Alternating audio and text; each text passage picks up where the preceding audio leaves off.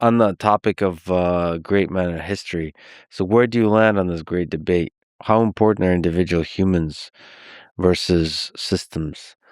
So, what do you think turns the tides of history? Can individuals, rulers, or individual warriors, or individual humans have the power to change the course of history? Yeah, that's the question, isn't it? The short answer is I subscribe to the great man or great woman theory. Um, I think there's moments I can't imagine the Protestant Reformation. I don't think you can just swap out Martin Luther and have a Protestant Reformation.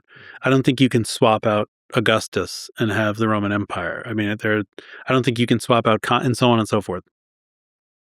I think ultimately these impersonal forces are insufficient for explaining because we are people.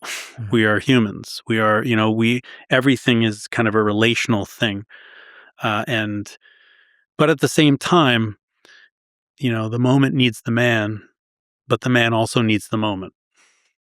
Some of it is timing, some of it is the environment, the system around it.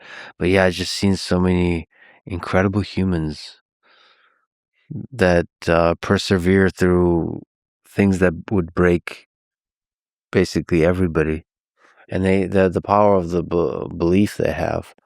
We were talking offline about Napoleon.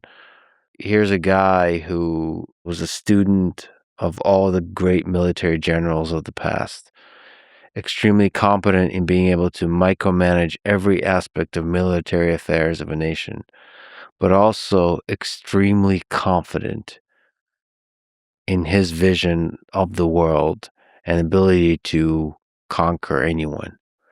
And you have the same thing with Genghis Khan, this boy that came from nothing, that everything was taken away,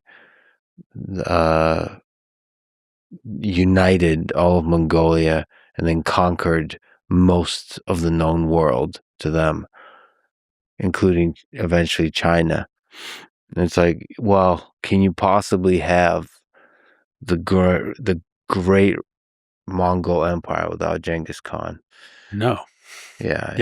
In the same, when we as Americans ask ourselves that question about the founders, I mean, George Washington, not to romanticize it, but to give away power symbolically is a really powerful statement. Like we mentioned with Augustus, there's when somebody's given power, and in some sense absolute power, what they do with that power can reverberate through generations, and that's in the hands of an individual. Yeah, that's exactly right. It's well put.